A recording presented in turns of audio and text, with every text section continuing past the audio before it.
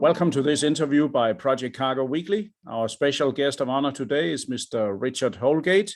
He's retired Director of Marine Operations from CMA CGM in Marseille, a leading container carrier. First of all, welcome, Richard, to this interview. Thank you very much. Good evening. It's an honor to be here. Always welcome, my friend.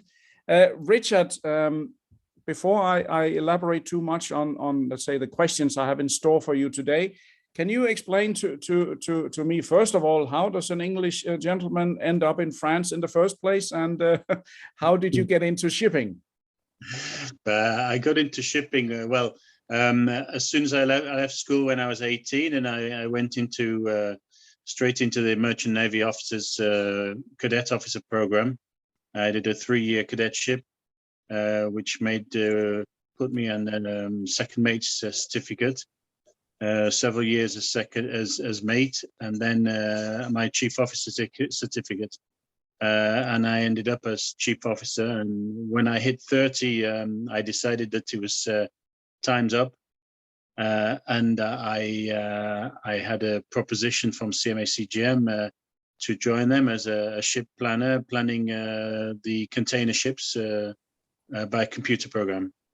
Okay, that's interesting. How many years did you spend then in total at CMA CGM? At CMA CGM in total, from beginning to end, around 28 years. And before that, I was 12 years as a Merchant Navy officer. Okay, wow, that's pretty impressive. So, of course, it's a stupid question to ask whether you speak French or not. Still. My wife and children are also French. Well, my children are both, but my wife is French. So okay, excellent.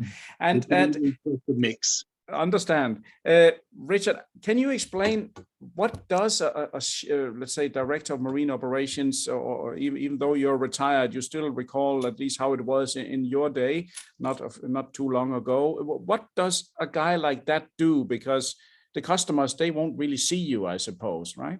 Not really. No. The director of operations is more a policy dictating position. Basically, putting forward or actually executing the marine operation policies of the senior management in the company. So no, I don't get interaction with the clients on that level.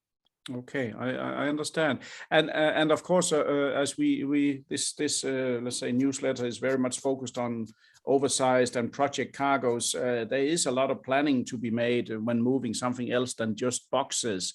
That would be something. Let's say I come to you with an oversized piece. How would you then do? What is the next step for you when you were still working? What would be the next step for you if you have a drawing of a 60-ton piece, for example, whether you can take it or not? What would be your step then?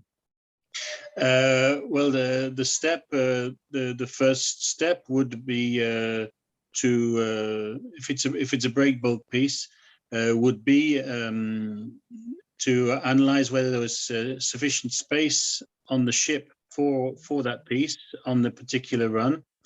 Then you need to analyze whether the terminals at each end have the suitable equipment to lift it in terms of weight and size, and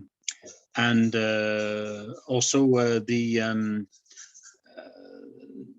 to dictate the method of securing on board, whether you secure it, whether you stow it transversely, longitudinally, what lashings are needed to make sure it arrives in the perfect condition in which it was loaded. Okay, so of course it's a ship is not made of rubber, and at least I remember in my day starting in shipping, it was unheard of that container ships actually took, let's say, break bulk pieces. It was something that was left to the break bulk ships, but break bulk cargo by container ship has become a big thing or was a big thing also in your day with CMA, wasn't it? Yes, well, the first I think really big project that CMA CGM took was started with you and I in 1990 no in 2000, when we started shipping the paper mills from Finland out to China. Before that, CMA CGM really had very minimal knowledge on how to do that sort of thing. Thanks to our commercial manager eastbound, Mr. Niels Hammer, he took it on board, and we made a great success of it. And really, they never looked back. Mm. That was really the starting point. Yes, I still recall vividly, not because it should be a Richard and Bo interview, this one, but I still recall vividly meeting you in O'Malley's pub in Shanghai. And I'm wondering what an English guy was doing there, working for a French company and not a British company. You know? So we kept in touch ever since. But how would you say, let's say from a constraints point of view, are there any delays caused by container ships taking break bulk cargo in general, would you say, or has it now been so optimized that there's no significant delays?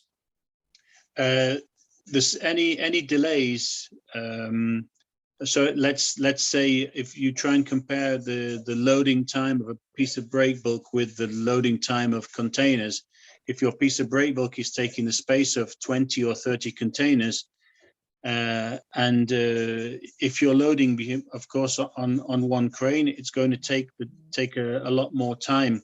But if you have 5 cranes working on a ship, those 20 or 30 containers, instead of loading where the break bulk is, you're splitting them over the 5 cranes. So really, you're not losing any time at all, because you're talking about 4 or 5 containers on each of the other hooks.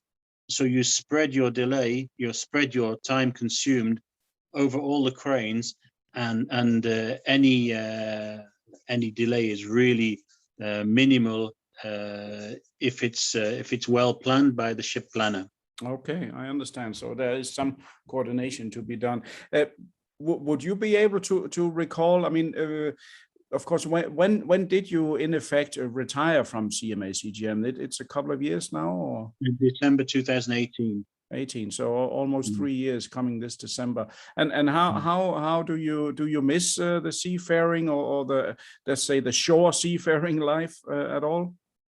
Not really. I'm at that age where I've got plenty to do here, in the garden, on the house, in the town hall, where I'm spending a bit of my time now as an elected person. So okay. Not the Okay. So no, I'm quite happy passing the book on to somebody else. That's good to hear, Richard. Well, I think I want to say really it means that there's hope for the rest of us, because you do look like a happy camper to me. And and of course, no matter what, it's of course a pleasure to see that the company you worked for so long are doing extremely well, as basically at least in this market, all the carriers seems to be having enough cargo, isn't it? Yeah, I've heard that they're extremely full. Yeah, definitely full to the brim. That's great. But Richard, I want to appreciate very much. This was a new, let's say, I can say one of our new lightweight interviews, not from a physical standpoint, but from making them a little bit shorter for people's attention span to be reached. So formally, I want to say thank you very much, Richard Holgate. Thank you, Bo. And to all our viewers, listeners, readers around the world, this was a new style of get to the point interview by Project Cargo Weekly, and our special guest of honor and the guinea pig for this new arrangement was Mr. Richard Holgate, retired Marine Director from CMA CGM, the well-known breakbulk and container carrier based in Marseille. So until next time on Project Cargo Weekly, see you then. Thank you.